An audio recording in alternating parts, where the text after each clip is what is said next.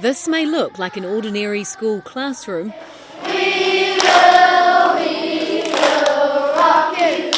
but it's far from it. The Mormon Church in Nuhaka has been a temporary home for over 100 students since Cyclone Gabrielle flooded their school in February 2023. It was completely ruined.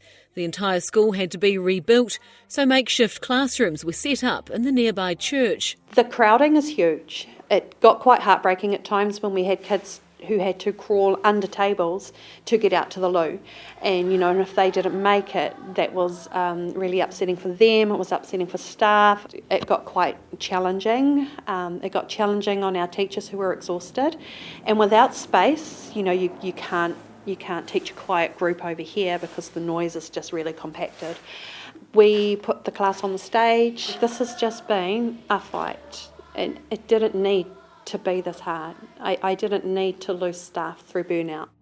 Just weeks away from moving back into their newly rebuilt school site, Raylene says the Education Review Office, known as ERO, decided it was time to conduct a review and would not listen when she begged them to delay it until they'd finished moving and had settled in. When I contacted them and said, we are literally going to have boxes walking out the door, we can't even do a lesson for you, that's crazy. We were just told that they'll be sensitive and that it was going ahead.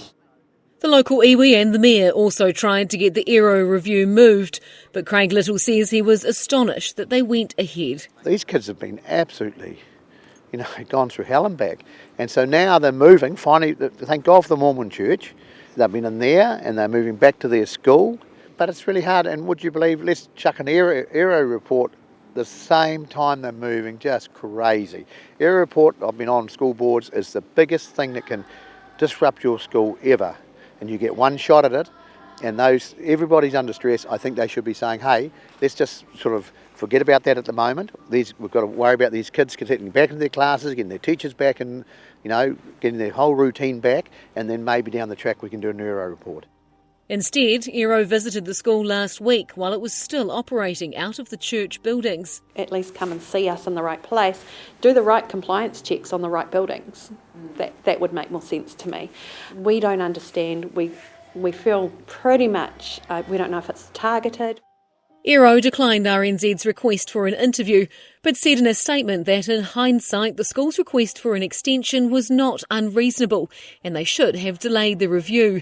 ERO admitted to RNZ that they got this one wrong and say they sincerely apologise to Nuhaka School and its community and wish them all the best in their new building. However, Craig Little says the damage has already been done. Why would you do that to people? I'm getting calls from the parents, not only the school teachers, just saying, hey, we're really worried what's happening here. These teachers have been under enough stress. Let's not put them under any more. A community that's looking forward to moving into its new school building this month and putting the past behind them.